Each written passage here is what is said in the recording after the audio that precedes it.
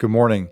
Today, I would like to talk to you about the schedules that are coming up both for next week and at the end of the month. We are at the point in every season in every school district around the state of Ohio where schools have to have a test window where they administer the end of course assessments. Many of these assessments do relate to our graduation requirements, whether they are related directly towards achieving the first step of graduation towards Algebra 1 or ELA 2, or for the others, receiving state seals that are necessary, whether they are from the state side and or connections to the local side. Here at Chardon High School, we also have eighth graders who take state end of course exams. And those tests coincide during the exact same time in which the same windows occur. Nobody likes tests. I understand that. But let me tell you why this test matters. The test matters is to represent the pride that we have in this building. When you look at all the things that we do well, we do so many things well academically, and their achievement top 10% in our AP tests. We do so well each quarter with our assessments towards how our GPAs are, the number of national merits that we have, the number of students in NHS.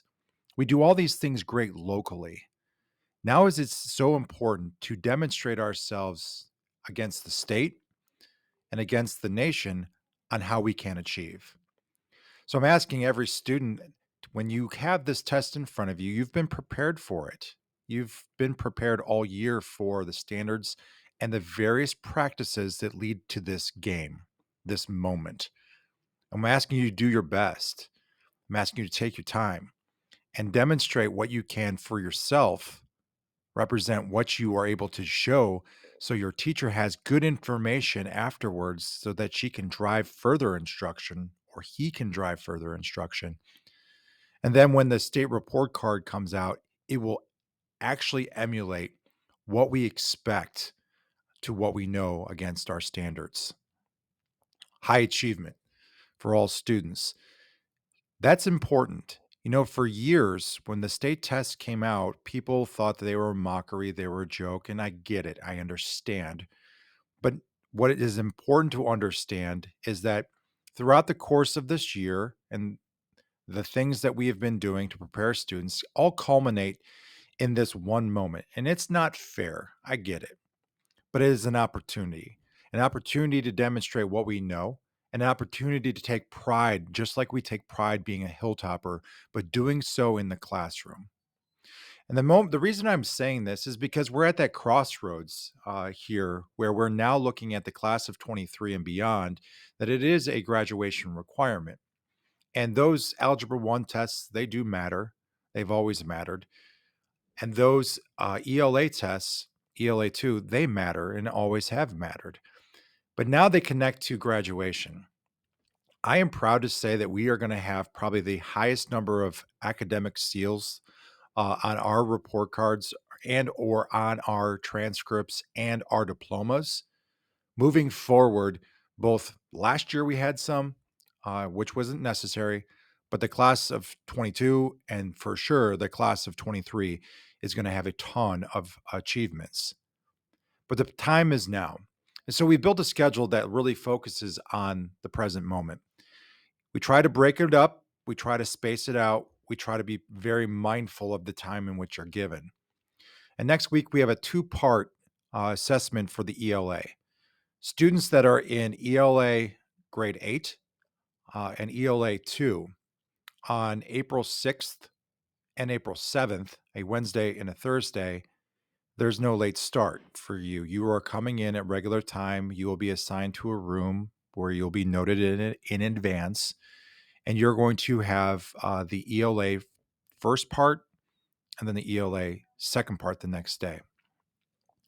Those students who are not in those courses and those students who have not been requested to come back to do makeups do have late starts those mornings.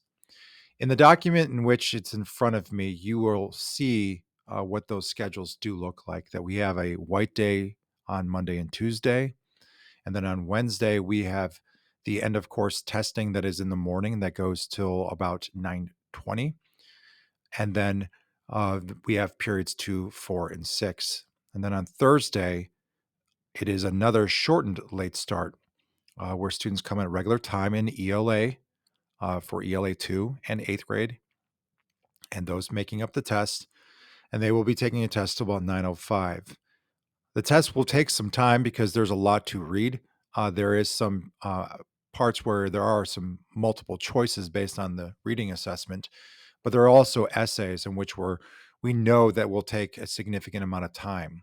It could take almost a full time for some students because they want to demonstrate what they truly know.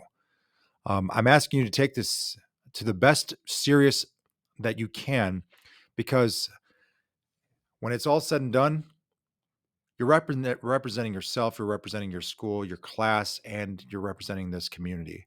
And this community expects high achievement because we've always done that. And I'm asking you to really focus on that and do your best that you can. Because at the end of the month, I'm going to ask you to do it again.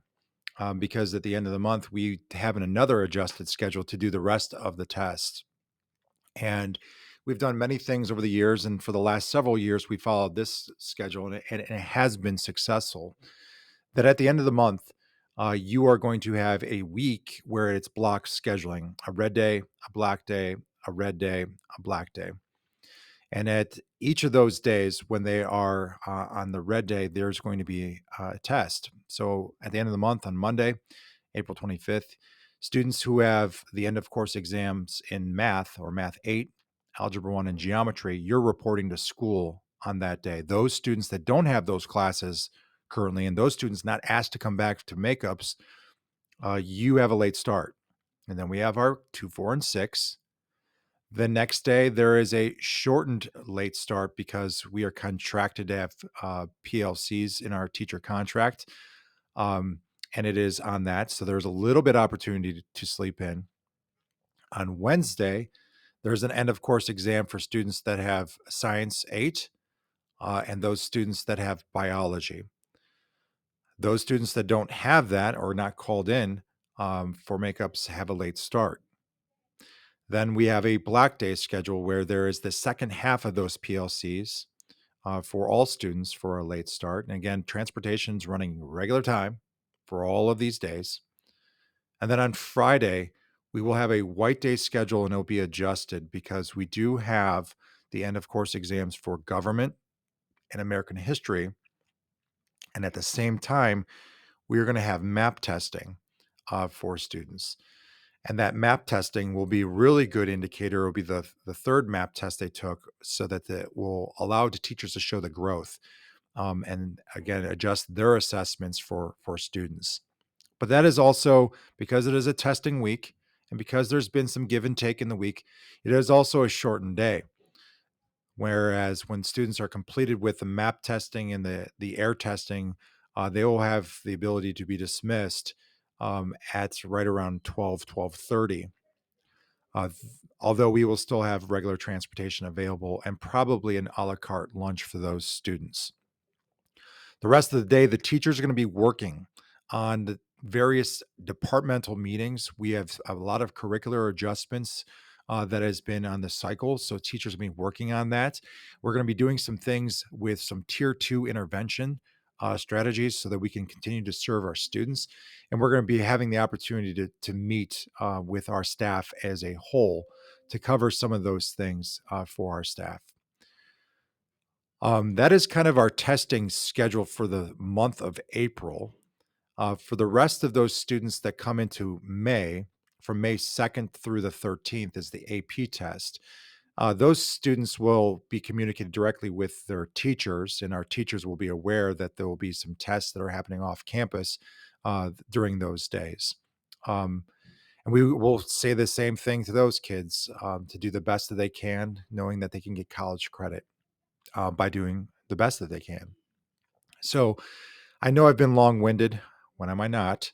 But this is important for you to hear the importance of taking the time to know the why, to demonstrate your ability, and to show the success that we have as expected here in our building. I appreciate you. I appreciate all of you. And I thank you for listening today as we covered a little bit of the assessment practices.